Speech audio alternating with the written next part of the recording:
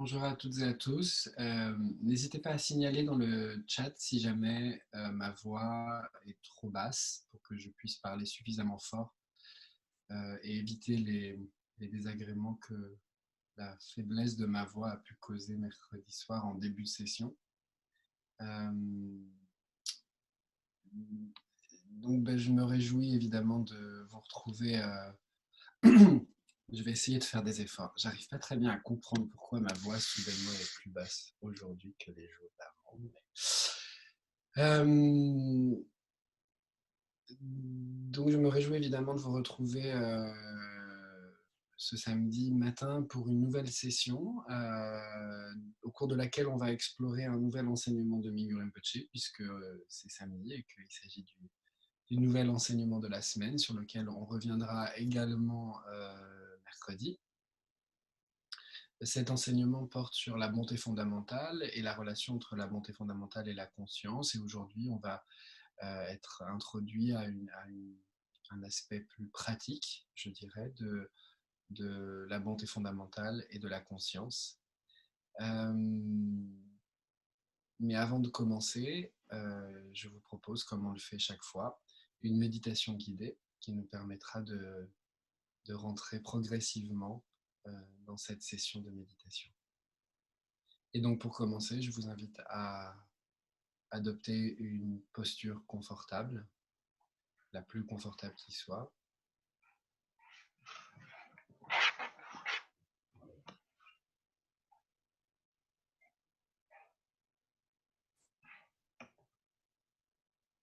Assurez-vous que votre dos est droit et souple et que les muscles de votre corps sont détendus. N'hésitez pas à prendre quelques instants pour bouger votre corps afin d'ajuster votre posture. L'idée étant de se sentir à l'aise et confortable pendant ce moment de méditation qui va nous permettre, comme le dit souvent Mingyur Rinpoche, de réunir notre esprit et notre corps.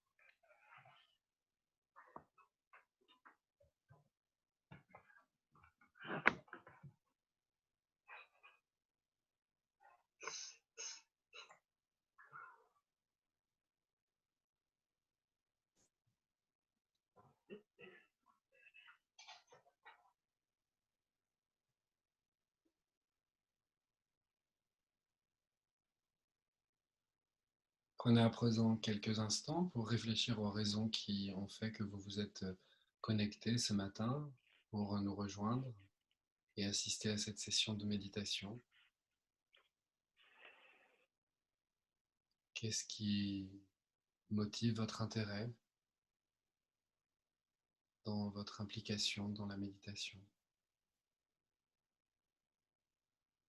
Et prenez conscience qu'à l'origine même de cet intérêt se trouve l'une de nos qualités fondamentales qui est notre désir d'être heureux et de connaître le bonheur et notre désir de ne pas souffrir.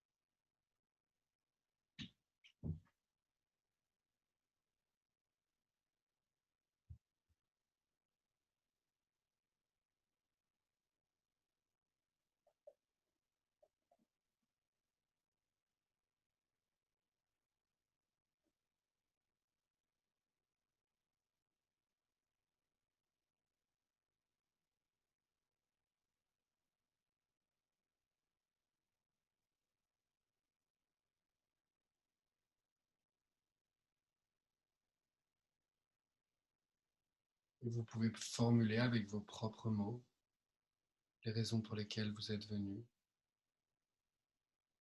ce matin.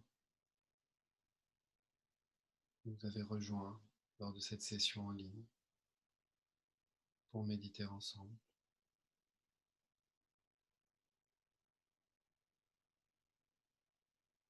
Et prendre le temps de vous engager simplement à faire de votre mieux au cours de cette méditation guidée et au cours de la journée.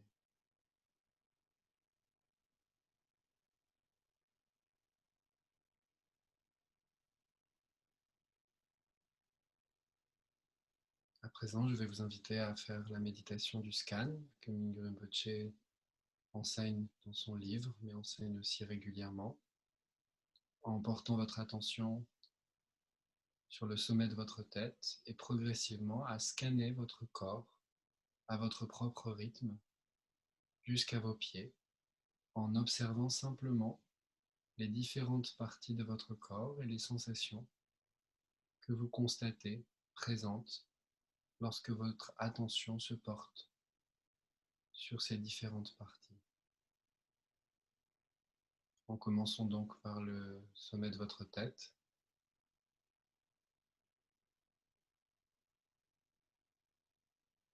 puis en descendant à travers les yeux, les oreilles, la bouche, la gorge,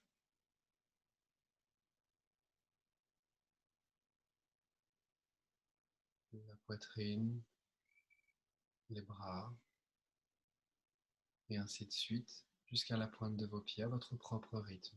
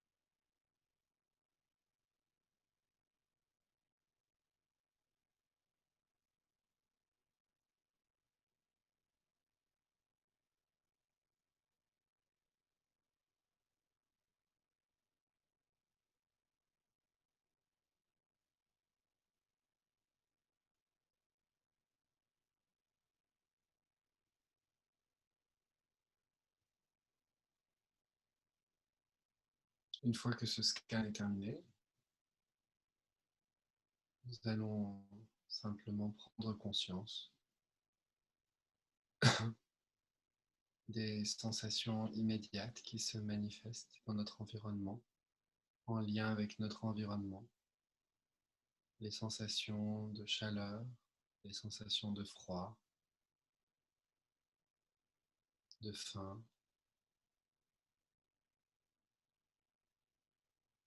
les sons éventuels que vous entendez,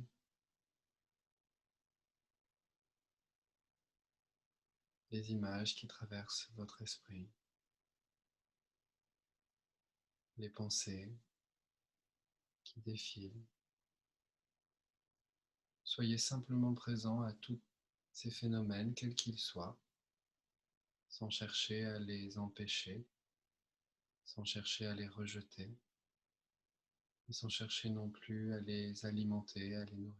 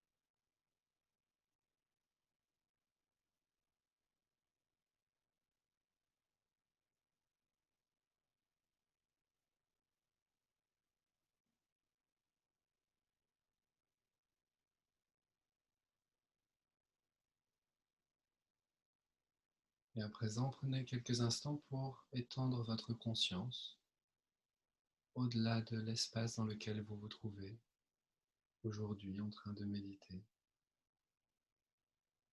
Essayez d'imaginer que votre conscience est capable de se déployer, de s'étendre au-delà même des murs de votre maison, de votre appartement, de la même de la ville ou du village dans lequel vous vivez, au-delà même du pays dans lequel vous vivez, au-delà de toutes les frontières, au-delà de tous les océans.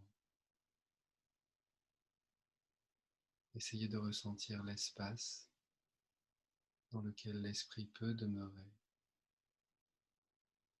cet espace de la conscience large, vaste et ouvert, d'où tout s'élève et où tout se dissout.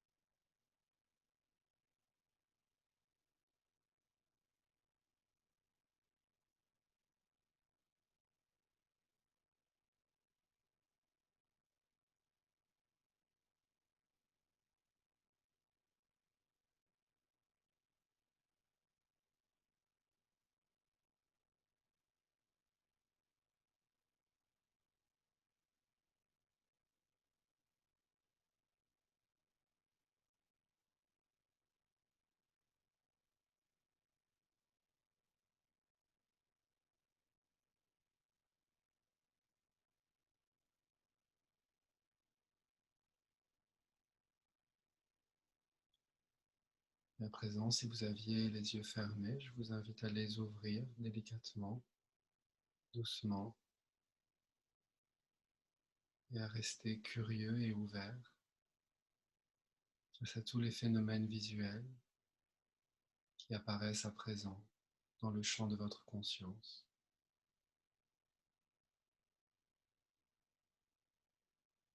Et laissez ainsi l'esprit demeurer dans la conscience ouverte.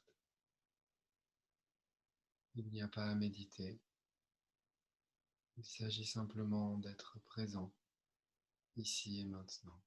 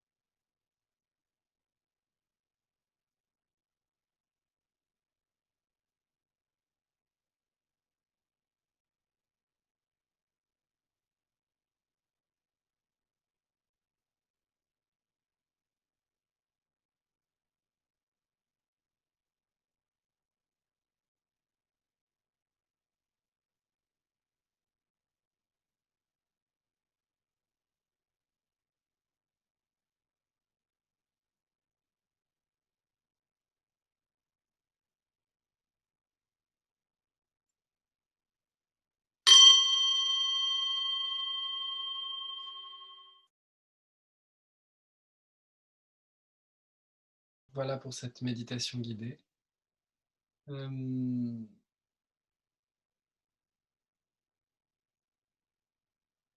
Comme je le fais habituellement, je voudrais inviter ceux qui auraient des questions sur la méditation guidée qu'on vient de faire, ou d'autres questions éventuellement qu'ils souhaiteraient poser avant que nous abordions l'enseignement de Mingyur Rinpoche, à le faire. Donc vous pouvez lever la main. Alors, il y a une question, je ne sais pas si tu l'as vu parce que j'ai ensuite remis un message. C'est Marc qui demande s'il y avait une vidéo en particulier pour le conseiller pour la méditation avec support, sur l'émotion comme support, pardon. Alors, j'ai mis le lien pour les méditations guidées qu'on a sur la chaîne YouTube, Ouais. dont on a 2 nouvelles chaque semaine, Mhm. qui sont de 15-20 minutes, mais est-ce que tu as peut-être autre chose à indiquer à Marc? Euh, En fait, si vous souhaitez explorer davantage la méditation sur les émotions, je peux que vous encourager à suivre les programmes Joie de vivre en ligne. Si vous comprenez l'anglais, ils sont pour l'instant uniquement accessibles en anglais. Il y a un très très grand nombre de vidéos de Miguel Rinpoche qui nous introduit à la méditation avec support dans un premier temps, qui correspond au programme de niveau 1, calmer l'esprit, et où on apprend à porter notre attention simplement sur l'émotion. Et puis par la suite, si vous avez déjà de l'expérience, vous pourrez aussi découvrir la pratique de l'émotion dans le cadre du programme Joie de Vivre 2, puis dans le cadre du programme Joie de Vivre 3. Mais avant même de vous lancer peut-être dans ces programmes, vous pouvez regarder les 3 premières vidéos sur lesquelles dont on a parlé en fait dans ces sessions de méditation ouvertes à tous en ligne depuis qu'elles ont commencé, et en particulier la session 2 et la session 3, euh, dans laquelle Miguel Rinpoche nous donne des outils et nous introduit d'une certaine manière à ce type de méditation guidée sur l'émotion.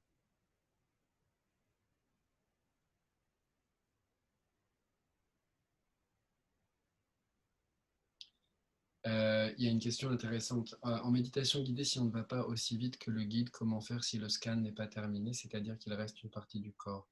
Euh, En fait, l'idée du scan n'est pas nécessairement de scanner la totalité du corps.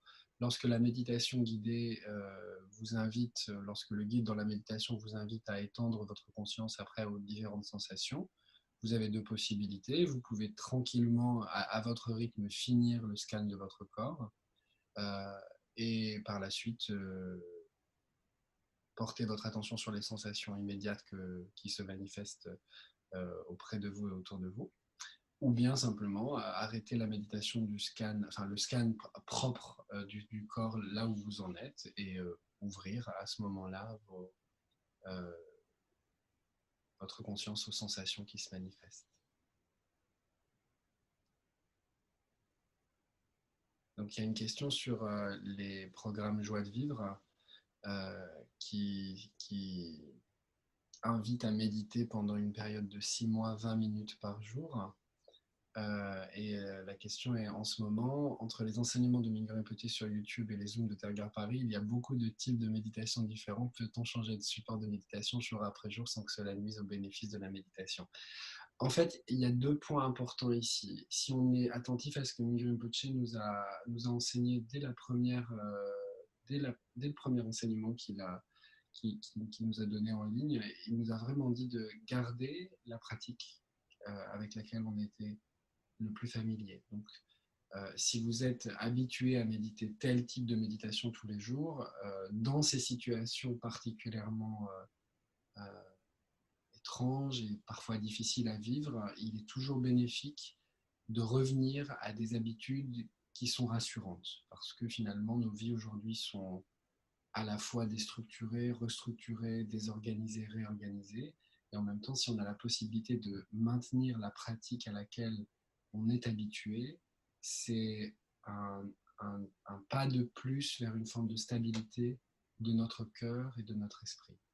La deuxième chose, c'est que si vous êtes engagé dans un programme spécifique qui, au cours du premier mois, se focalise sur tel type de méditation, au cours du second mois, se focalise sur tel type de méditation, continuez votre programme de méditation. Les méditations que Miguel Rinpoche nous invite à faire dernièrement, elles se basent toutes, et c'est aussi le but de ces enseignements d'aujourd'hui et des enseignements de ces sessions, elles se basent toutes au fond sur la conscience, sur le fait que l'esprit peut demeurer dans la conscience ouverte. À partir du moment où on a confiance dans cet enseignement et qu'on comprend que toutes les méditations, quelles qu'elles soient, au fond, sont et se fondent sur ce qu'est la conscience, alors peu importe au fond le type de méditation que l'on fera, puisque ce qui variera éventuellement, c'est le support avec lequel on travaillera. Mais dans la mesure du possible, l'idéal est de garder une forme de stabilité dans notre pratique et éventuellement d'introduire de nouveaux éléments lorsque on peut éprouver une forme de lassitude ou une forme de découragement.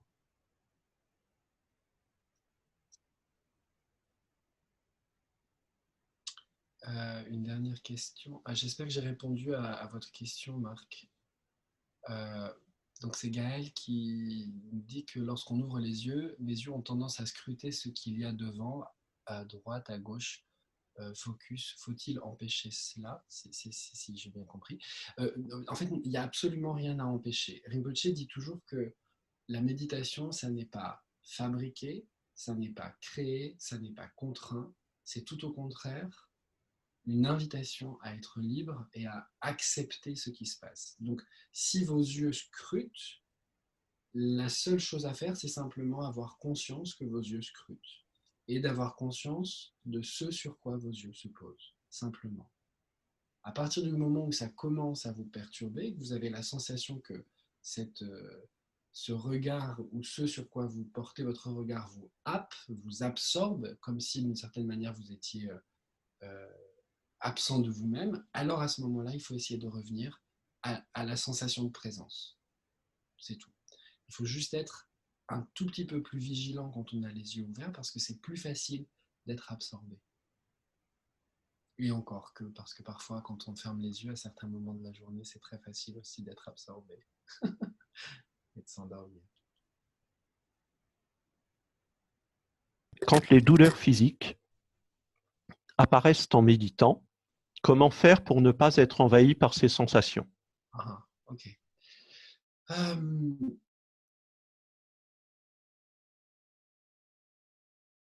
On a deux choix, je dirais. La première, on a presque trois choix. La première, c'est de s'assurer que les douleurs physiques qui apparaissent et qui nous envahissent ne sont pas liées à la posture qu'on prend. Si elles sont liées à la posture qu'on prend, il faut absolument soit trouver une autre posture, soit bouger son corps pour que ces douleurs physiques disparaissent. Donc ça, c'est la première chose.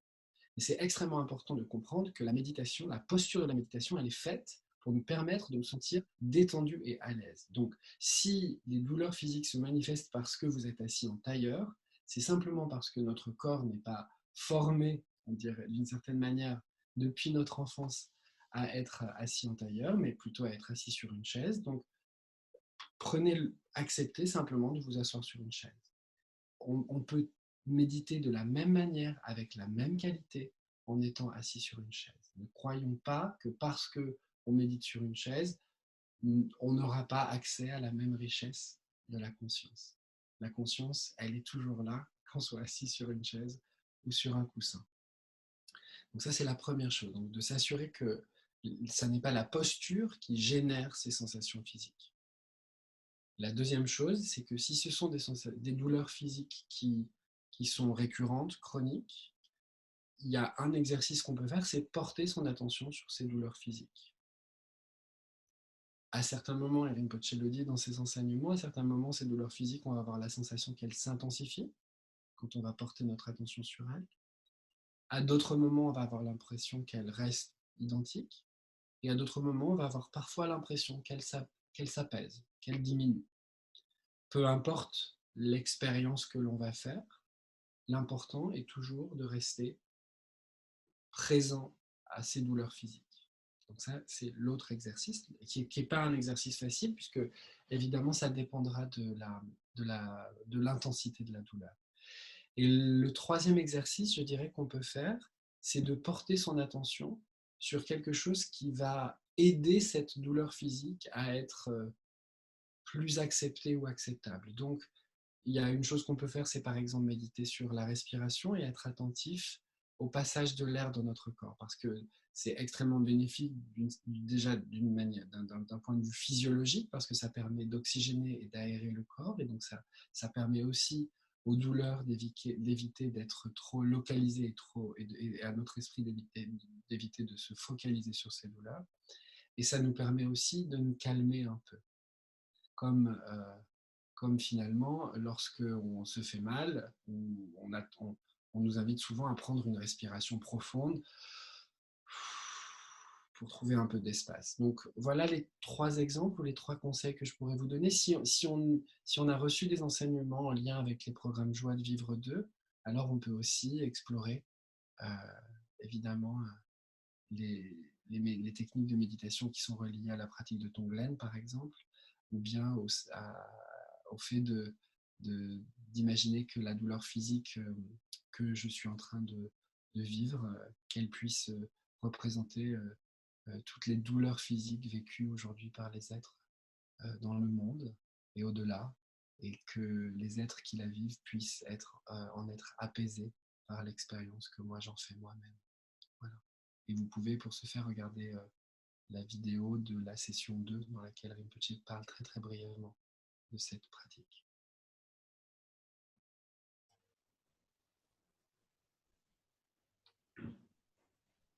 Et je ne sais pas si tu as vu, oui, le message de l'or. Ouais, est-ce qu'on peut ajouter une dédicace dans une méditation guidée? En règle générale, alors ici, on le fait d'une manière un tout petit peu particulière parce que ces sessions sont ouvertes à tous et qu'on ne veut pas forcément faire de prosélytisme pour tel ou tel maître ou tel enseignement, mais en règle générale, au début de la méditation, on développe une aspiration à méditer pour notre propre bien et pour le bien de tous les êtres. C'est d'une certaine manière ce à quoi je vous invite à chaque fois lorsque je vous invite à prendre conscience que ce qui initie notre engagement dans la méditation, c'est ce désir d'être heureux, et que ce désir d'être heureux, nous le partageons tous, puisque nous sommes tous réunis ici, mais qu'au-delà de cela, nous le partageons avec tous les êtres, quels qu'ils soient. Et à la fin de la méditation, habituellement, on est invité, et c'est vrai que je le fais peu ou pas, mais on est invité évidemment à partager les bénéfices que l'on a obtenus de cette méditation avec tous les êtres. Donc si vous vous sentez à l'aise avec ça, vous pouvez simplement le faire en faisant le souhait que la pratique que vous avez accomplie, elle puisse être utile à vous, mais aussi à vos proches, et peut-être même au-delà.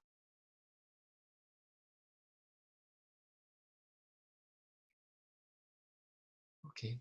S'il n'y a plus de questions, je vais vous inviter à regarder l'enseignement en vidéo de Mingyur Rinpoche, donc sur la bonté fondamentale et la conscience, et on se retrouvera juste après.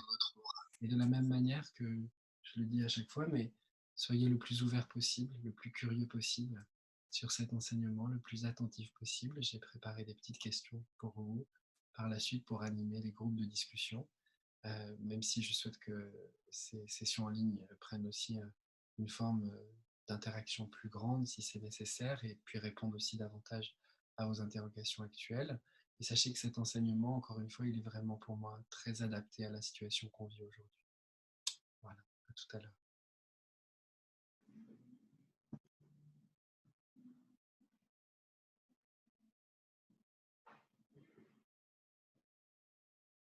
So now how to practice that? So now next one is very important. So now you might curious how to practice that. Very, very simple. So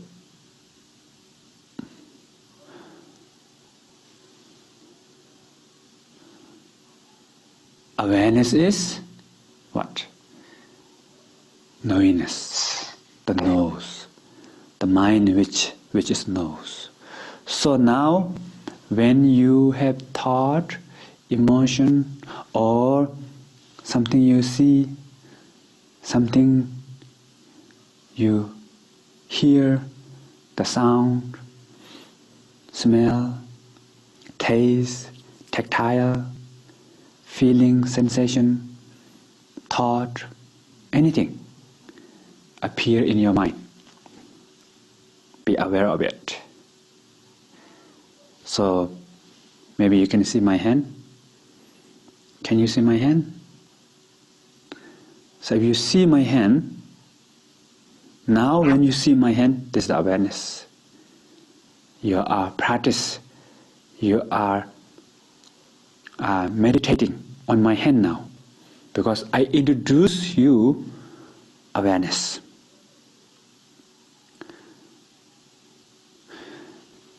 It's very important, interesting that our view and our motivation will change the quality of meditation. So if you just watch hand without knowing what is the awareness, then your meditation not become very profound meditation. So now you know awareness is important, and now you watch my hand, it's different because of your what we call view. View means understanding the knowledge about awareness. It changes experience of your meditation. So now you can watch my hand. So you know you're watching the hand, right? So that's the practice of awareness. So now anything you see, anything you hear, smell, taste, sensation, thought, emotion, you can choose one first. Maybe form, maybe sound, and use that object as support for awareness. And that object become kind of like support for your awareness, or become kind of reminder of your awareness. Because our attention, the recognition of the awareness, not very long, we'll forget. So therefore we need some kind of support at the beginning. Form, sound, smell, taste, sensation, even thought and emotion, whatever appear in your mind, you just watch. What I'm thinking now? I'm thinking that. You just watch it. Don't try to create thought. Don't block thought and emotion. Just let it be. Let them come. Let them pass. If they come, if they continue, it's okay. You can watch. If you can watch, that means you are free. For example, if you can watch the river, that means you are out of river. If you fall into river, carried by river, you cannot watch river. So normally we are lost into thought and emotion, and carried by thought and emotion, so we are not free. So now as soon as you watch, you see thought and emotion, you are free. But there's one tricky part is, when you watch, thought is gone. Like you are waiting at the bus stop and waiting for bus. As soon as bus come and you try to enter the bus just left. No bus. So if you have this kind of experience, very good. Then there's only mere awareness. That awareness doesn't have particular object. Mere awareness. Very good. So mere awareness or awareness with object. Doesn't matter. Just watch. Be present, watch.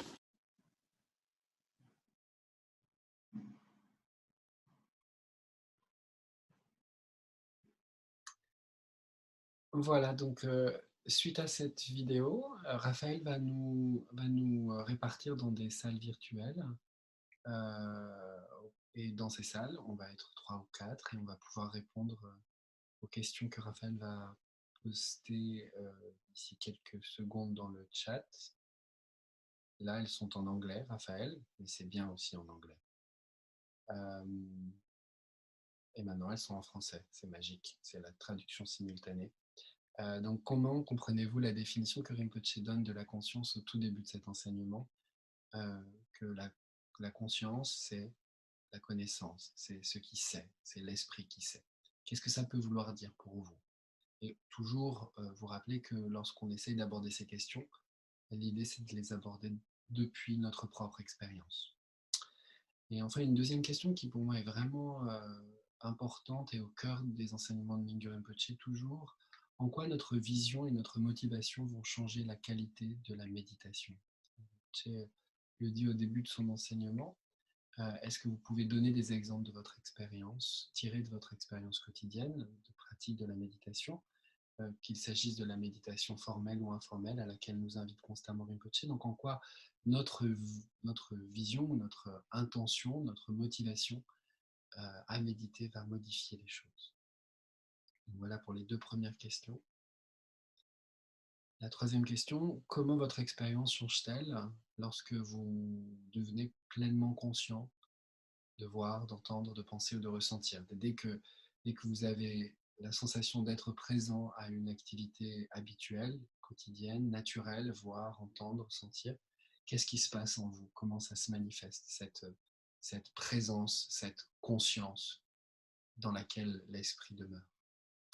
Et la dernière question, qui est une question assez intéressante, je trouve, qu'est-ce que ça signifie pour vous dans l'expérience, dans votre expérience, ce à quoi Rinpoche fait référence lorsqu'il dit « just watch », simplement regarder. Comment ça se manifeste dans votre expérience? Qu'est-ce que ça peut vouloir dire? Voilà. Donc je vous souhaite de très belles discussions de groupe. Je vous invite vraiment à y participer. Ces discussions de groupe, elles ont été mises en place par Mingyur Rinpoche à son initiative. C'était son désir et son souhait qu'il y ait systématiquement dans chaque session organisée par Tergar, avec Rinpoche ou sans Rinpoche, de partager ces groupes de discussion. Je ris parce que dans le chat, quelqu'un a dit en Roma 4 heures, c'est un petit peu ça. L'idée des questions, elle est au cas où vous ne sauriez pas de quoi parler. Mais vous pouvez très bien vous focaliser sur une question seulement, ou sur deux questions seulement, sur la première ou sur la quatrième, sur celle qui vous semble le plus intéressant. À titre personnel, celle que je trouve la plus riche aujourd'hui, c'est celle qui est liée à la vue et à l'intention. Donc, si j'avais un conseil à vous donner, parce que les questions sont trop nombreuses et qu'il y en a trop, portez votre attention sur cette question de l'intention et de la motivation. Qu'est-ce que ça peut changer? Qu'est-ce que ça peut modifier en nous? Voilà. Donc, Raphaël va nous diviser en salle virtuelle et on a juste à cliquer sur le lien.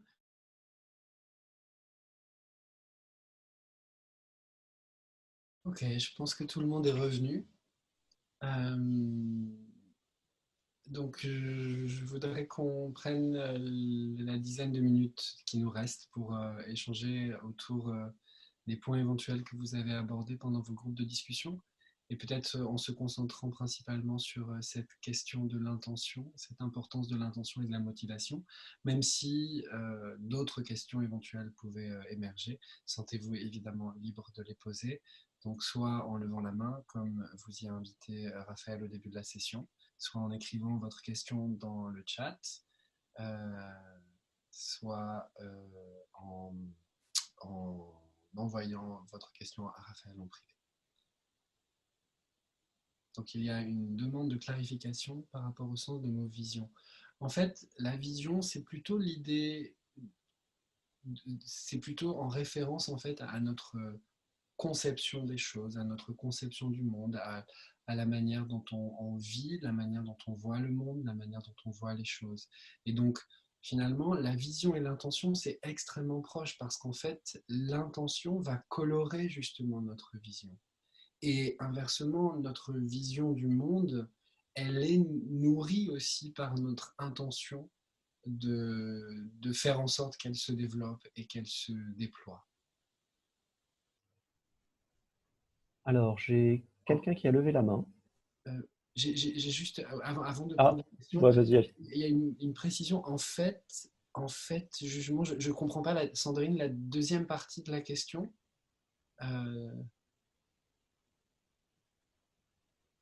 En fait, ici, le mot vision, c'est vraiment pas l'idée du jugement que l'on peut avoir. C'est plutôt ce à quoi on aspire, ce que l'on souhaite. C'est plutôt lié à notre vision des choses, à notre vision du monde. C'est pour ça que Rinpoche, dans son enseignement, en fait, on peut aussi traduire par le mot la vue, en fait, en tant que tel, mais c'est vraiment le lien entre la vision et l'intention. Et il faut les prendre ensemble pour bien comprendre les choses. Parce que sinon, je vois bien où peut être, comme vous le soulignez justement, où peut être le risque de justement tomber dans le jugement.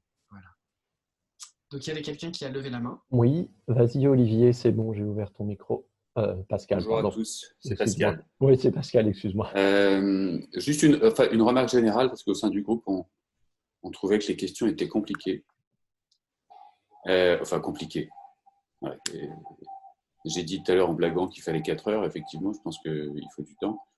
Sur la question 1, on est resté un peu sur la question 1. On avait du mal, en fait, à faire la différence. Enfin, pour moi, en tout cas, conscience et connaissance, c'est des choses qui sont pas les mêmes choses, en fait. Or là, dans la question, ça sous-entend que c'est la même chose.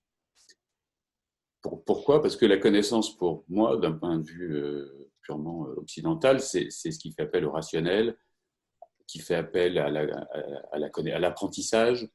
Et cet apprentissage, il se fait sur le long terme. Alors que la conscience, c'est autre chose, c'est quelque chose qui est sur l'instant présent. Et c'est l'attention portée sur les choses qui m'entourent à un instant donné, quoi. Et or là, dans la question, on sous-entend que tout ça, c'est la même chose. Donc, j'ai du mal à comprendre.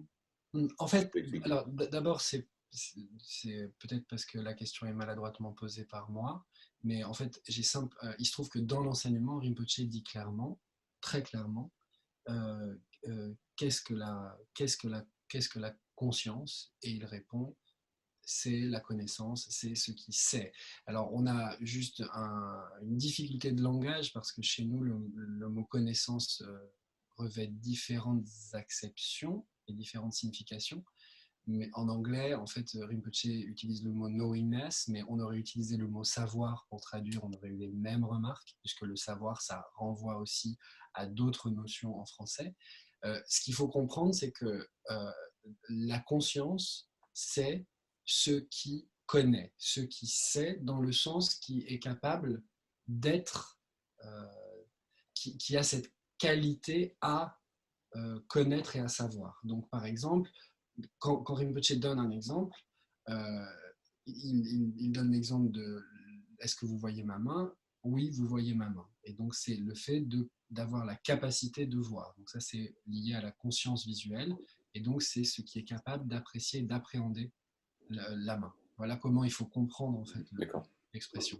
Et loin de moi l'idée de vouloir susciter des discussions justement trop académique. En fait, l'idée des questions, et je crois que je le répète assez souvent, mais j'aurais peut-être dû insister à nouveau, c'était plutôt dans notre propre expérience. Qu'est-ce que ça pouvait vouloir dire que la conscience qui connaît, en fait?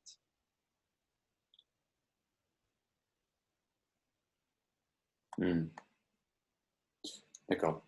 Ok, merci. Et l'autre chose, parce qu'on en a discuté ce matin avec Raphaël, l'idée d'avoir toutes ces questions, c'est un peu comme des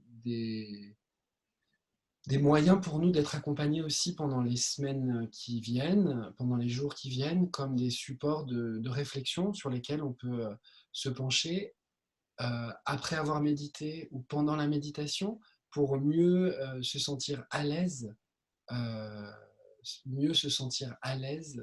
euh, dans notre pratique.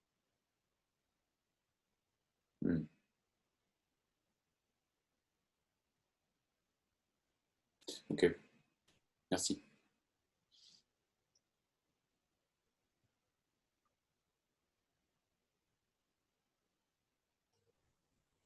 Alors, il y a eu 2 questions. Je ne sais pas si tu les as vues. Donc, il y a celle de Frédéric, mais au-dessus, il y a celle d'Annie qui demande si la conscience fondamentale est universelle. Est-elle unique et semblable pour nous tous? Ils se sont posé la question visiblement durant le groupe. La conscience fondamentale, je ne sais pas ce à quoi vous faites référence ici lorsque vous parlez de conscience fondamentale. Parce qu'à mon avis, il y a deux mots ici qui sont mélangés, à la fois la bonté fondamentale et la conscience. Mais dans les deux cas, conscience et bonté fondamentale sont des qualités intrinsèques de chaque être, quel qu'il soit.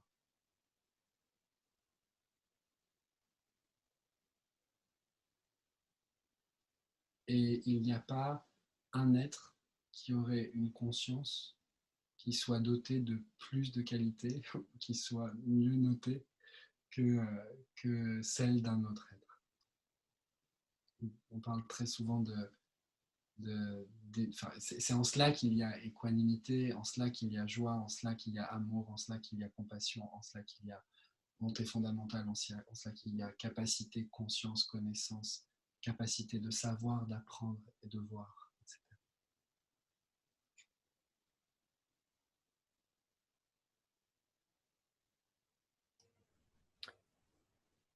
Et je ne sais pas si tu vois, c'est une simple remarque de Frédéric, qui trouve que ce que Rinpoche dit à la fin, soyez présents et regardez, est très parlant, car fondamentalement, on n'a que ça à faire, plus que jamais. Et c'est bien parfois la difficulté, c'est que la méditation, telle que l'enseigne Rinpoche là aujourd'hui, et à chaque fois, je dirais, c'est que c'est aussi simple que ça. Il suffit toujours simplement d'être présent. Lorsque je claque mes doigts, vous avez tous entendu le claquement de doigts, ce qui veut dire que vous avez été présent grâce à la qualité de votre propre conscience à ce son. Et il s'agit de répéter ça. Alors, quand c'est une activité nouvelle, quand c'est un support nouveau, il y a une forme de fraîcheur qui fait que très souvent dans la méditation, c'est plus facile d'être présent, mais plus on a l'habitude, plus on se lasse. Et donc, c'est à ce moment-là qu'il faut faire l'effort dans son esprit pour revenir au support de méditation. Et c'est pour moi la raison pour laquelle l'intention est ce qui compte le plus.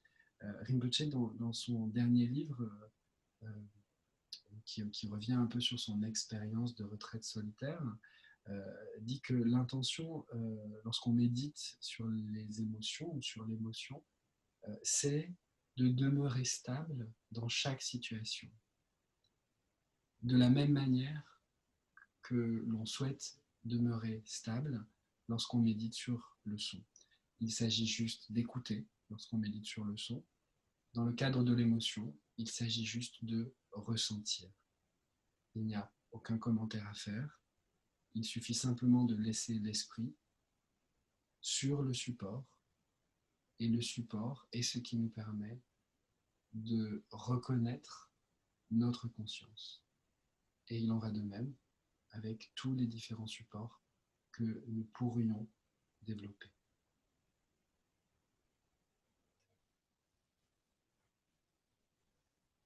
Alors, Lilo a rebondi sur ce point en disant qu'elle juste regarder, ça peut paraître très simple, mais elle n'y arrive pas. Et comment juste regarder? Comment juste regarder mes pensées? Précisément, c'est ce qu'elle a. En fait, ça, ce sont vraiment des enseignements que Mingyur Rinpoche nous invite à explorer lorsqu'on fait les programmes Joie de vivre en ligne ou en présentiel, quand on a la chance de pouvoir se réunir.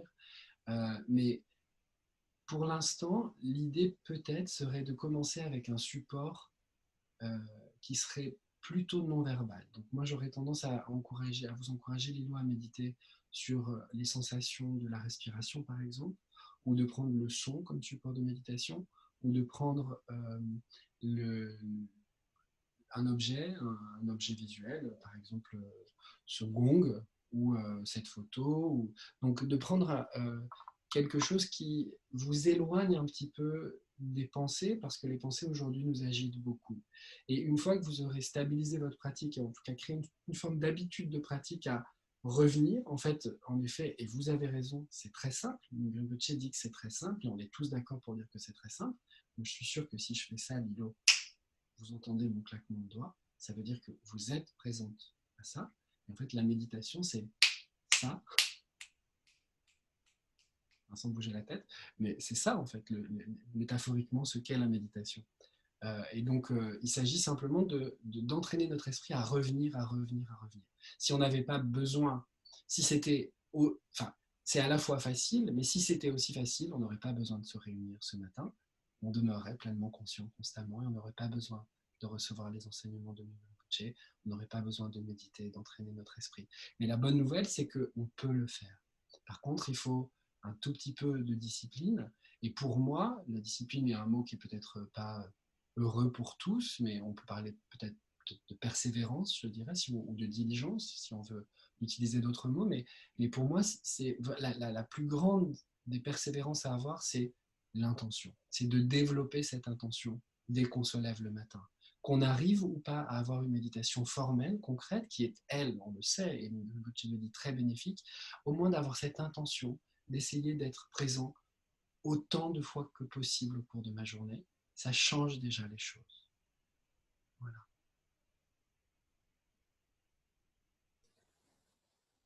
Alors, il y a eu plusieurs questions, mais il est déjà midi 10. Ouais, ok. Et là, on n'a pas le choix aujourd'hui. Ouais, je vais garder les questions qui ont été posées. Je voudrais juste dire que, en fait, pour conclure, la bonté fondamentale, la conscience, est au-delà de toute culture, de tout apprentissage, de toute histoire personnelle. Elle n'a pas de variété qui serait liée à notre ethnicité, à notre culture, à notre histoire, à notre devenir, à notre fonction, à ce que l'on considère être notre intelligence, à ce que l'on considère être nos connaissances. La bonté fondamentale, elle est le socle commun qui permet à chaque être d'éprouver ce désir d'être heureux et ce désir de ne pas souffrir. Et donc, pour terminer, je vous invite vivement à revoir cet enseignement que Mingyur Rinpoche nous a donné. Raphaël va mettre le lien dans le chat d'ici la fin de cette session. Et je vous invite à nous rejoindre mercredi si vous avez d'autres questions. Parce que comme je l'ai dit, évidemment, le sujet qui nous occupe, c'est les émotions. Et même si dans l'enseignement en tant que tel, Mingyur Rinpoche semble parler de conscience ouverte, de bonté fondamentale et de conscience, semble parler du fait de simplement entendre, simplement regarder, c'est parce que en étant conscient, on a accès à l'immensité de toutes nos qualités, d'amour, de compassion, de joie et d'équanimité, de capacité, de potentiel. Et donc on a la possibilité d'embrasser beaucoup plus de choses que l'on ne croit parce que on devient plus fort, on devient plus digne et on devient plus confiant. Donc pour terminer cette méditation, je vous invite à prendre quelques instants en fermant les yeux et à essayer d'apprécier une petite chose qui vous a réjoui ce matin au cours de cette session, quelle qu'elle soit.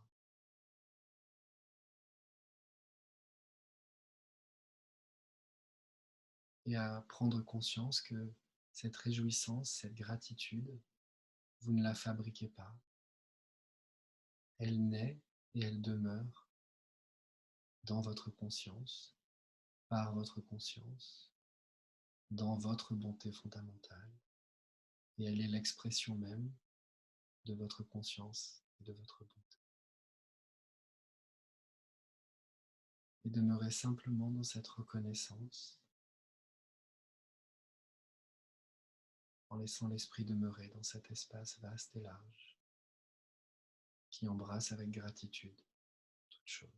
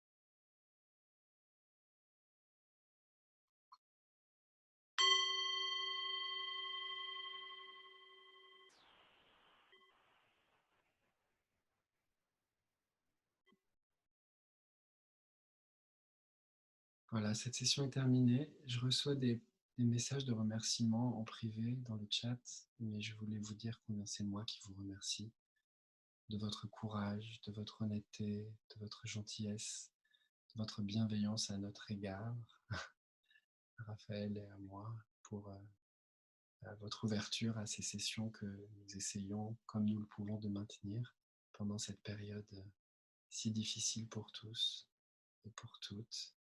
Alors, merci à vous tous et à vous toutes de prendre le temps de nous rejoindre, parce que c'est grâce à vous que nous sommes là. Merci à vous toutes et à vous tous de prendre le temps de méditer, prendre le temps d'écouter et de s'écouter, d'accepter et de s'accepter. Je vous souhaite la plus douce des journées